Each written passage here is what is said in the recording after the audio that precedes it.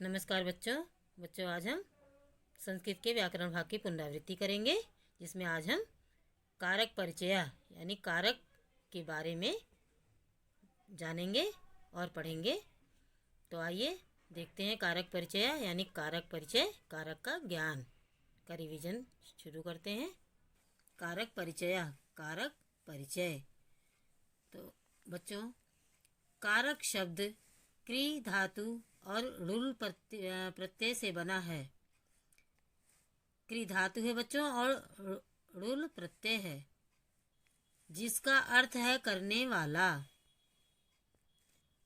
आइए देखिए कारक किसे कहते हैं। जो शब्द क्रिया शब्दों के साथ संबंध जोड़ते हैं उन्हें कारक कहते हैं।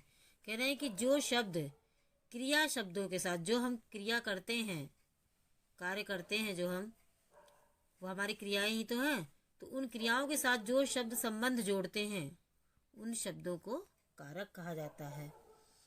यहाँ पर बच्चों हमने देखिए विभक्ति लिखी है, कारक लिखा हुआ है, चिन्ह यानी पहचान लिखा हुआ है।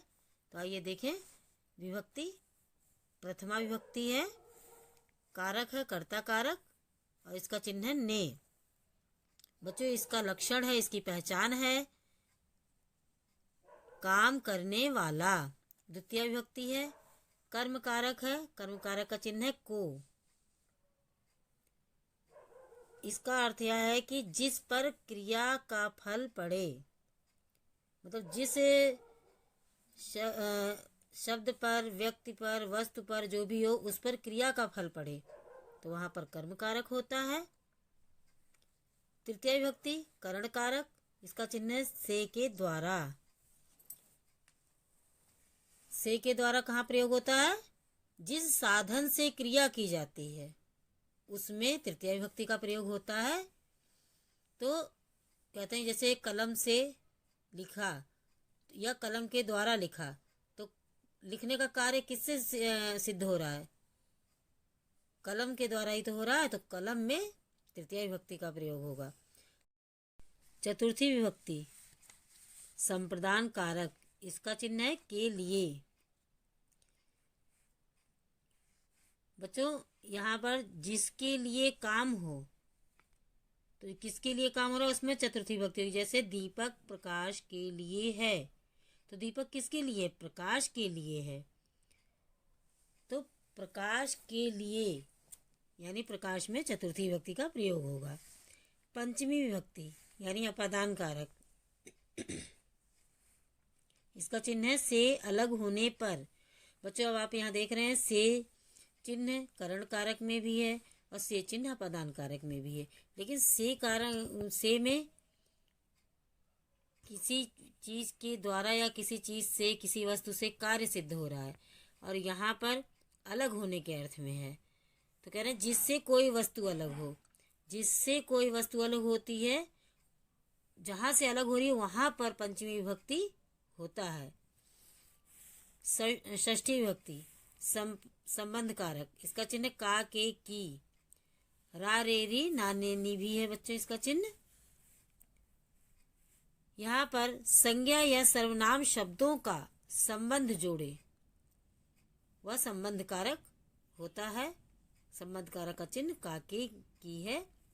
सप्तमी विभक्ति अधिकरण कारक, इसका चिन्ह में पर। इन चिन्हों का प्रयोग वहाँ होता है जिस स्थान पर क्रिया हो अथवा जहाँ कर्ता कोई कार्य करे। जिस स्थान पर क्रिया हो रही है या कर्ता जो है वो जिस स्थान पर या जिस जगह पर कार्य कर रहा है, तो वहाँ पर उस स्थान में सप्तमी विभक्ति का प्रयोग होता है, सप्तमी विभक्ति के शब्द रूप का प्रयोग होता है। संबोधन, यहाँ पर बच्चों प्रा लिख के मैंने 0 लिखा है, इसका मतलब प्रथमा विभक्ति है। यह संबोधन और प्रथमा विभक्ति दोनों एक ही हैं बच्चों। प्रथमा विभक्ति और संबोधन में केवल एक अंतर है कि प्रथमा विभक्ति के शब्द रूप में विसर्ग का प्रयोग होता है और संबोधन के चिन्ह में संबोधन के चिन्ह में एक वचन में विसर्ग का प्रयोग नहीं होता है। संबोधन और प्रथमा विभक्ति दोनों एक ही हैं। संबोधन का चिन्ह है हे, भो, अरे। आइए बच्चों, कारक चिन्हों के प्रयोग द्वारा संस्कृत में अनुवाद किस तरह से किया जाता है, वाक्य किस तरह से संस्कृत में बनाए जाते हैं, आइए देखें। प्रथमा विभक्ति है यहाँ पर। कर्ता, हमने यहाँ पर दिखाया कि कर्ता कारक है और इसका चिन्ह क्या है, ने है। तो ने का चिन्ह का प्रयोग वाक्य में किस तरह से हुआ। हमने पहला वाक्य लिखा राम पढ़ता है, तो और यहाँ दूसरे में लिखा राम ने पढ़ा।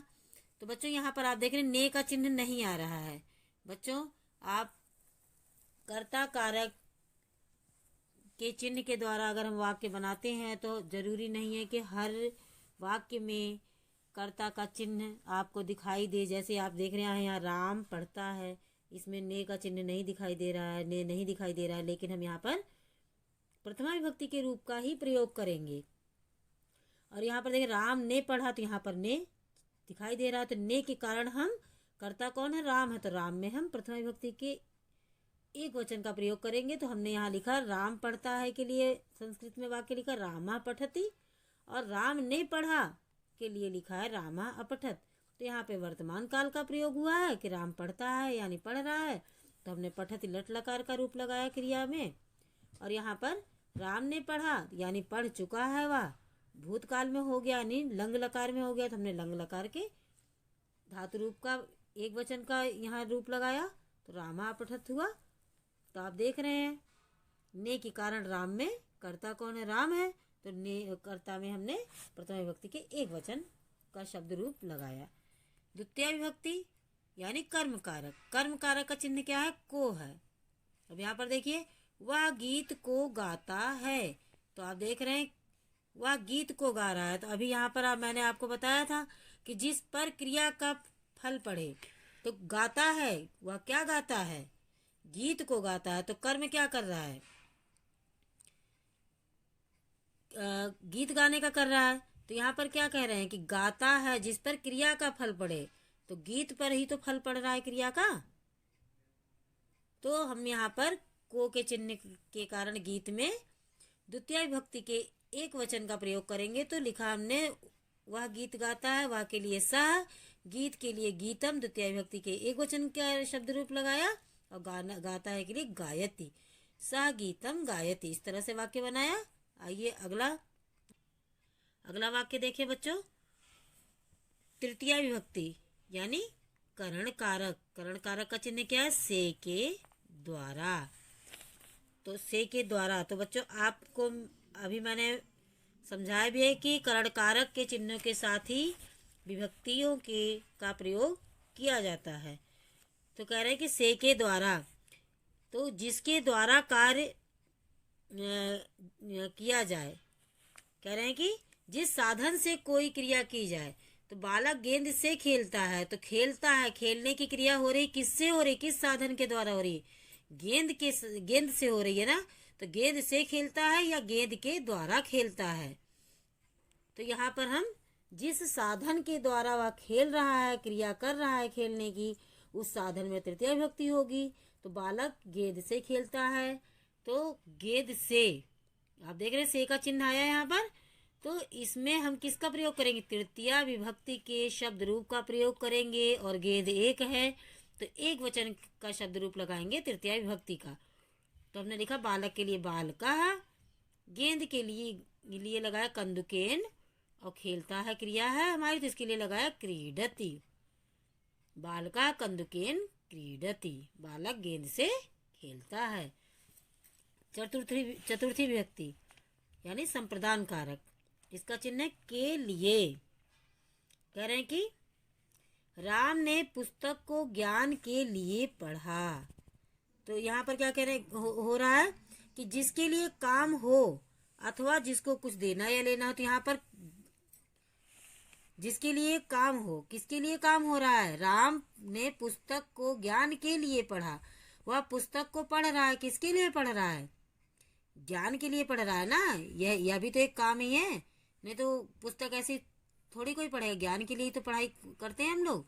तो राम ने पुस्तक को ज्ञान के लिए पढ़ा। तो आप देख रहे के लिए चिन्ह आ रहा है यहाँ पर। तो के लिए संप्रदान कारक का चिन्ह है, तो इसके लिए के योग में हम चतुर्थी विभक्ति का प्रयोग करेंगे। किसमें? ज्ञान शब्द में। तो ज्ञान का चतुर्थी विभक्ति का रूप होगा एक वचन में ज्ञानाय।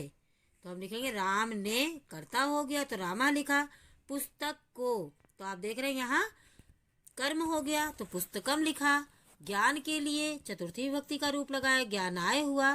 और पढ़ा यानी पढ़ चुका, ये यहाँ पे हमने वर्तमान काल यानी लट लकार का की क्रिया लगाई थी क्रीडत में। अब यहाँ पर आप देख रहे हैं कि लंग लकार यानी भूतकाल की क्रिया है, पढ़ा। तो यहाँ पर हमने लगा अपठत। रामः पुस्तकम ज्ञानाय अपठत। इस तरह से वाक्य बना। पंचमी विभक्ति यानी अपादान कारक। अपादान कारक का चिन्ह से अलग। बालक घर से बाहर खेलता है। कह रहे कि जिससे कोई वस्तु अलग हो या कोई व्यक्ति अलग हो, तो जिस स्थान से अलग हो रहा है उसमें पंचमी विभक्ति का प्रयोग होगा बच्चों। तो बालक बाहर खेलता है।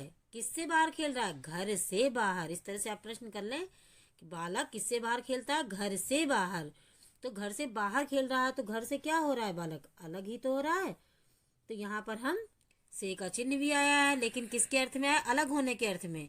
से के द्वारा होता तो तृतीय व्यक्ति का हम यहाँ पर शब्द रूप लगाते, लेकिन यहाँ घर से बाहर यानी घर से वह अलग हो रहा है बालक। तो यहाँ पर हम घर में पंचमी विभक्ति के शब्द रूप का प्रयोग करेंगे। तो यहाँ घर से के लिए हमने यहाँ पंचमी विभक्ति का शब्द रूप लगाया गृहात। तो पूरा वाक्य बना।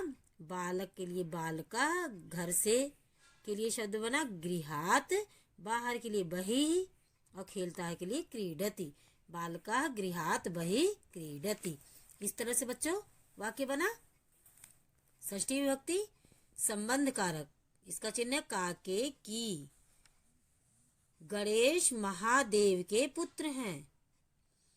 तो यहाँ पे क्या हमने आपको अभी क्या बताया था कि संज्ञा या सर्वनाम शब्दों का संबंध जोड़े। और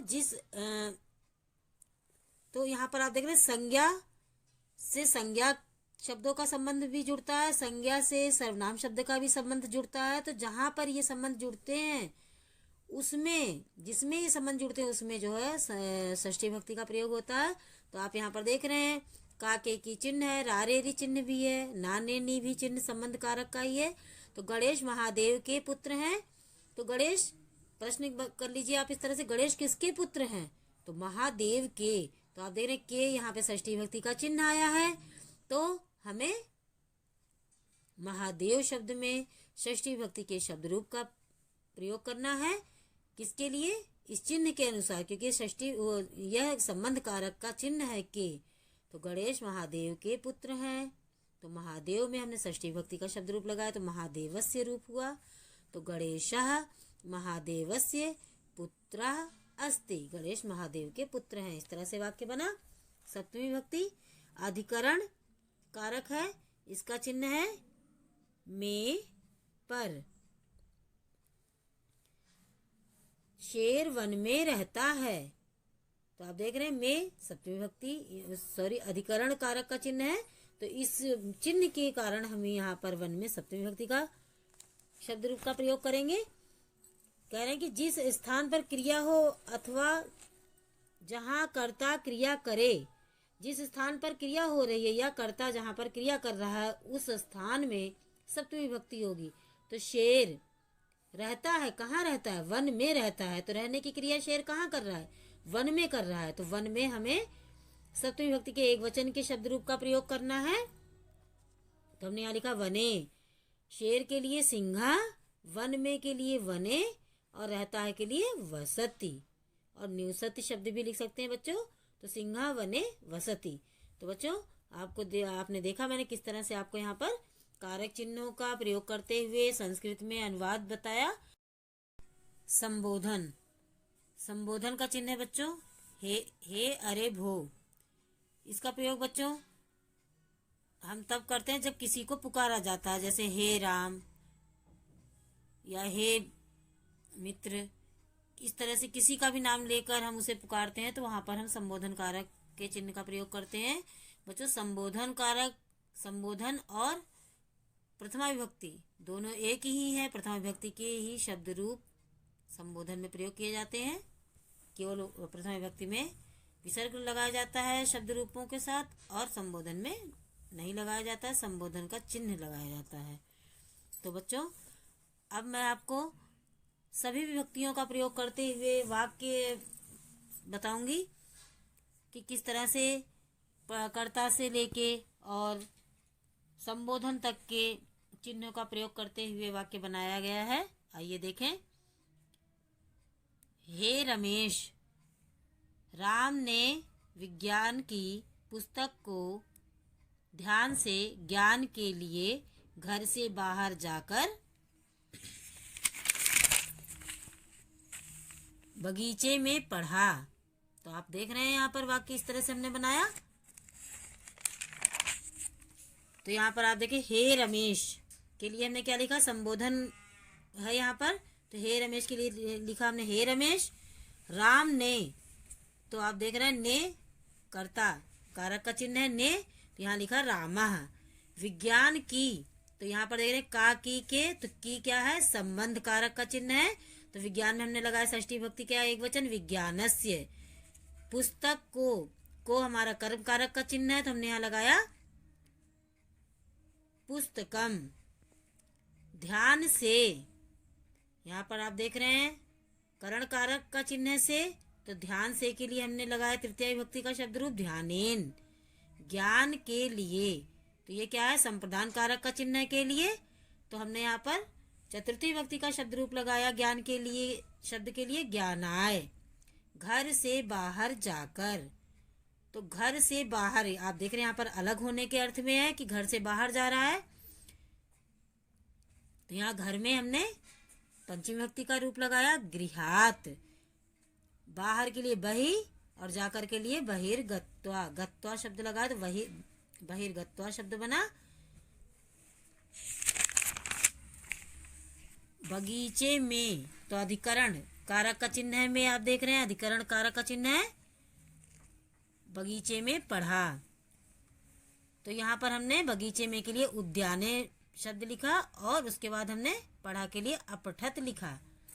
तो बच्चों, आप देख रहे हैं मैंने यहाँ पर आपको सभी विभक्तियों का में अनुवाद करना सिखाया और सभी कारक चिन्हों का प्रयोग करते हुए एक वाक्य में पूरा अनुवाद आपको करके बताया।